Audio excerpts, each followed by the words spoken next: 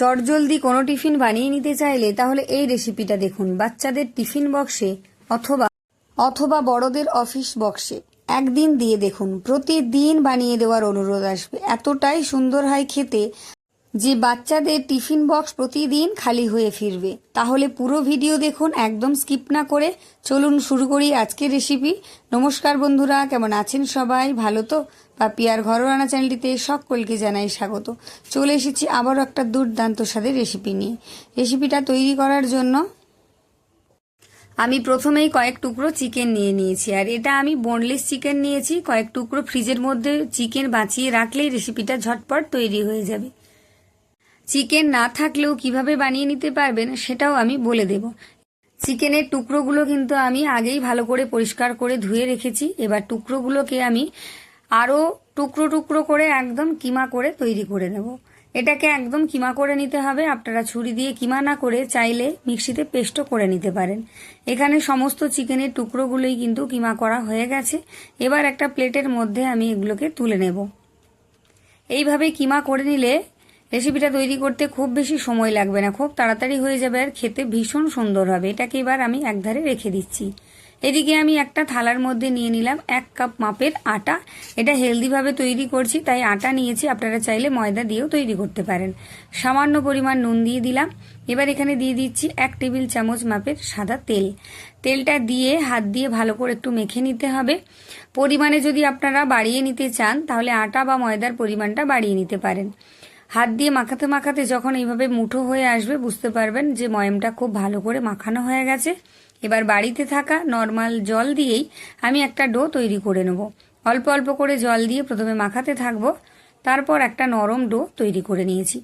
দেখেই বুঝতে পারছেন। এবার এটাকে কিন্তু একটু চেপে চেপে ভালো করে মেখে নিতে হবে। এটাকে যতটা পারবেন একটু নরম করে মাখার চেষ্টা করবেন, খুব বেশি শক্ত হলে কিন্তু ভালো হবে না। এবার ওপর থেকে একটু তেল নিয়ে ভালো করে চারিদিকটা মাখিয়ে নিলাম, যাতে এটা রেস্টে রাখার সময় ওপর থেকে ড্রাই না হয়ে যায়। এটাকে মাখিয়ে নিয়ে ঢাকা দিয়ে রেখে দেব আমি মিনিট 10-এর জন্য। ততক্ষণ আমি অন্য কাজগুলো সেরে নেই। চলুন, চিকেনটা যে কিমা করে রেখেছিলাম সেটা নিয়ে নিয়েছি। এবার এর মধ্যে দিয়ে দিচ্ছি আমি পরিমাণ মতো নুন, দিয়ে দিচ্ছি আমি 1/2 চা চামচেরও একটু কম গোলমরিচের গুঁড়ো, আর দিয়ে দিলাম এখানে আমি সামান্য কিছুটা গরম মশলার গুঁড়ো। খুব বেশি মশলার এখানে প্রয়োজন নেই, যেহেতু হেলদিভাবে তৈরি করছি। কয়েকটা কাঁচা লঙ্কা কুচি করে দিয়ে দিলাম, আর সামান্য কিছুটা ক্যাপসিকাম কুচি দিলাম।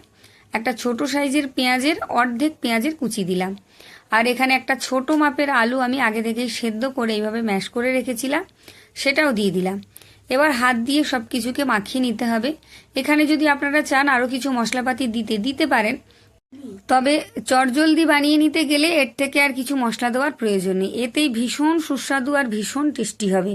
যারা এতক্ষণ ভিডিও দেখেছেন একটা লাইক দেননি, অবশ্যই একটা লাইক দিয়ে দিন। লাইক দেওয়া হয়ে গেলে একটা হাইপ করে দিন। আর আমি আদা রসুন পেঁয়াজ একসাথে বেটে রেখেছিলাম 1 টেবিল চামচ, সেটা এখানে দিয়ে দিলাম। এটা দিতে আমি ভুলে গেছিলাম। দিয়ে আবারও সব কিছুর সাথে খুব ভালো করে একটু মেখে নেব, যাতে সবার সাথে কিন্তু মশলাগুলো সমানভাবে মিশে যায়। এভাবে একবার বানিয়ে দেখবেন, নিজের হাতকেও বিশ্বাস করতে পারবেন না। সব কিছু ভালো করে মাখা হয়ে গেছে। এবার এক ধারে এটাকে আমি সরিয়ে দেব। যে ডোটা আমি ঢাকা দিয়ে রেখেছিলাম সেই ডোটা এদিকে আমি নিয়ে নিয়েছি ঢাকা খুলে। দেখুন কতটা নরম হয়ে গেছে, দেখেই বুঝতে পারছেন। এবার আবারও আমি কিছুক্ষণ একটু হালকা হাতে মেখে নেব, খুব বেশিক্ষণ মাখার প্রয়োজন নেই। যারা প্রথমবার আমার ভিডিও দেখছেন, যদি ভালো লাগে চ্যানেলটা সাবস্ক্রাইব করে দেবেন, আর পাশে থাকা বেল আইকনটি অবশ্যই প্রেস করে রাখবেন। এবার এখান থেকে আমি ছোট ছোট আকারে লেচি কেটে নেব। যেরকম রুটি করি সেরকম না, তার থেকেও ছোট। আর যেরকম লুচি করি সেরকম না, তার থেকে একটু বড়। এখানে 5খানা মতো লেচি আমি কেটে রেডি করে নিয়েছি। এবার কিচেন স্ল্যাবের মধ্যেই সামান্য একটু আটার গুঁড়ি ছড়িয়ে এটাকে আমি একদম পাতলা গোল করে বেলে নেব। যেরকম আমরা রুটি করি সেই রকম করেই কিন্তু এটাকে বেলে নিতে হবে। এই দেখুন একটা বেলা হয়ে গেছে, মোটামুটি যতটা পেরেছি একটু পাতলা করে বেলে নিয়েছি। আবারও একটা আমি বেলে নিয়েছি। এইভাবে সমস্ত রুটিগুলোই আমি বেলে রেডি করে নিয়েছি, দেখেই বুঝতে পারছেন। এবার এগুলোকে আমি চলুন ভেজে নেব। তার জন্য একটা প্যান বসিয়ে দিয়েছি, গ্যাসটাকে একটু বাড়িয়ে রেখেছিলাম, তারপর প্যান গরম করে গ্যাসটাকে একদম লোতে রেখে দিয়েছি। এবার একটা রুটি দিয়ে উল্টে পাল্টে হালকা করে সেঁকে নেব। একদমই কড়া করে ভাজা যাবে না, খুব হালকা করে এটাকে আমি উল্টে পাল্টে ভেজে নিচ্ছি। গ্যাস লোতে রেখে এইভাবে উল্টে পাল্টে একটু হালকা করে আপনারা শেখে নেবেন।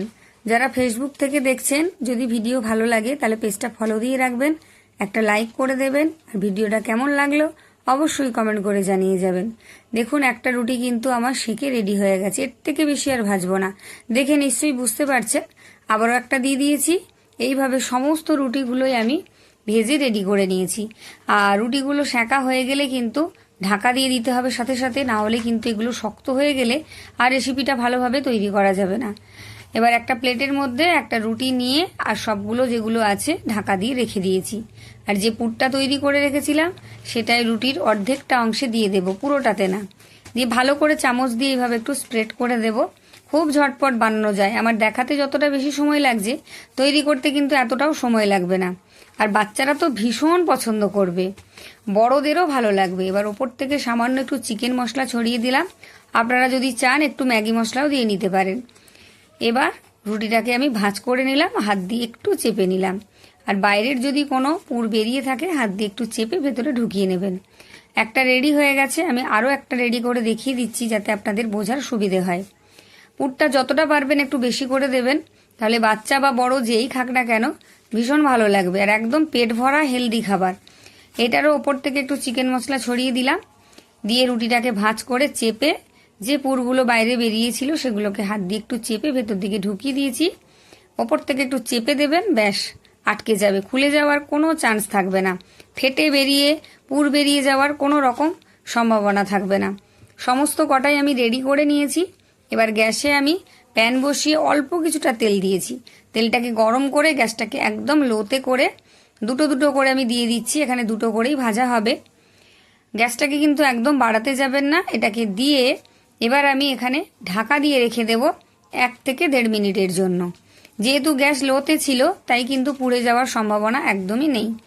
এবার 1 থেকে 1.5 মিনিট পর ঢাকা খুলে আমি উল্টে দেখাচ্ছি। দেখুন একদিকটা মোটামুটি ভালো করেই ভাজা হয়ে গেছে। এটাকেও উল্টে দিচ্ছি। এইভাবে উল্টে পাল্টে কিন্তু ভেজে নিতে হবে। আবারও আমি ঢাকা দিয়ে দেব। ঢাকা দেওয়ার কারণ ভেতরের যে কাঁচা পুরটা আছে সেটা সমস্তটাই সুন্দরভাবে সেদ্ধ হয়ে যাবে। কোনো কিছুই কিন্তু ভিতরে কাঁচা নেই, খুব সুন্দর করে সেদ্ধ হয়ে গেছে। দেখিয়ে দিচ্ছি দেখুন, ক্যাপসিকাম, কাঁচা পেঁয়াজ সবটাই সেদ্ধ হয়ে গেছে। আর এর মধ্যে যে কাঁচা আদা রসুন পেঁয়াজ বাটা দিয়েছি তারও কিন্তু কোনো রকম উগ্র গন্ধ এখানে পাবেন না, সবটাই সুসেদ্ধ হয়ে গেছে। এইভাবে আমি উল্টে পাল্টে লাল লাল করে ভেজে নেব।